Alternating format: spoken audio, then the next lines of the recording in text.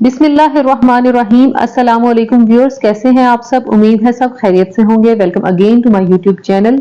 Viewers, आज मैं आपके साथ शेयर करूंगी मगज बनाने की बेहतरीन किस्म की रेसिपी और इसके साथ ही मैं आपको टिप्स दूंगी कि आपने किस तरह से मगज को साफ करना है।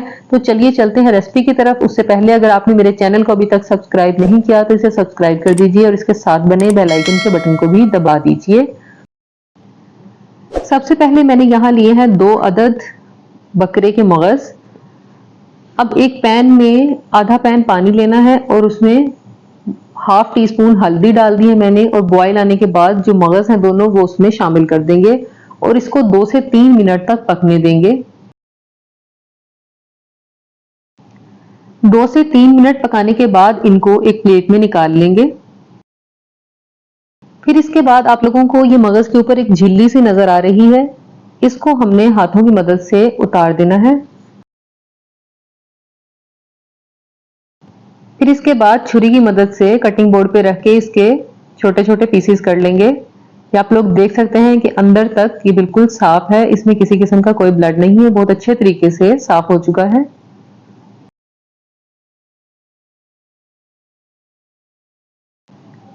फिर इसके बाद एक फ्राइंग पैन में तकरीबन 1/3 कप ऑयल लेंगे और एक बड़े साइज का प्याज बारीक चॉप करके इसमें शामिल कर देंगे और इसको 1 से 2 मिनट तक फ्राई कर लेंगे।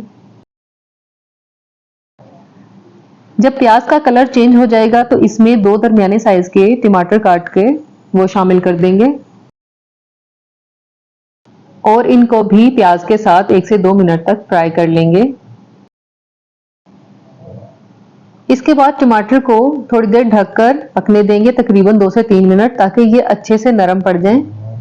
ये देखिए 2 से 3 मिनट में टमाटर जो है वो बिल्कुल नरम हो चुका है। ये स्पैचुला की मदद से आप इसको मैश कर सकते हैं। अब फिर इसके बाद इसमें हाफ टेबल स्पून लहसुन अदरक का पेस्ट शामिल कर देंगे और इसको भी इसके साथ ही भून लेंगे। अब हम इसमें बाकी के स्पाइसेस ऐड करेंगे, जिसमें हाफ टी स्पून जाएगी कुटी हुई लाल मिर्चें, 1 टीस्पून ऐड की है सुर्ख पिसी हुई लाल मिर्चें, हाफ टी स्पून पिसा हुआ जीरा और 1 टीस्पून इसमें जाएगा पिसा हुआ खुश्क धनिया पाउडर, 1/4 टीस्पून पिसी हुई काली मिर्च और 1 टीस्पून ही इसमें नमक शामिल कर देंगे और इन तमाम चीजों को अच्छे तरीके से मसाले के साथ मिक्स करके भून लेंगे 2 से 3 मिनट तक। फिर इसके बाद हल्की आंच पे तकरीबन 2 से 3 मिनट तक इसको ढककर पकने देंगे। ये देखिए 2 से 3 मिनट में हमारा मसाला जो है वो बहुत जबरदस्त किस्म का तैयार हो चुका है। अब इसमें हम जो मगज हमने तैयार करके रखा था वो शामिल कर देंगे और इसको मसाले के साथ अच्छे तरीके से मिक्स कर देंगे।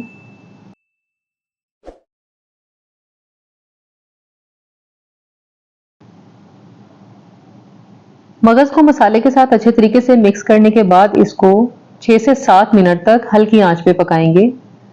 ये देखिए 6 से 7 मिनट में मगज जो है वो अच्छे तरीके से पक चुका है। इसको ज़्यादा पकने में टाइम नहीं लगता।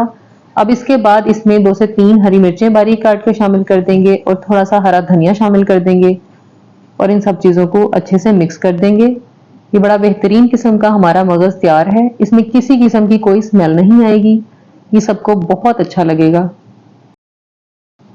अब आखिर में इसमें थोड़ा सा बारीक जूलियन शेप में अदरक काट के शामिल कर देंगे और ये हमारा बड़ा जबरदस्त किस्म का मगज तैयार है। इसको डिश आउट करते हैं।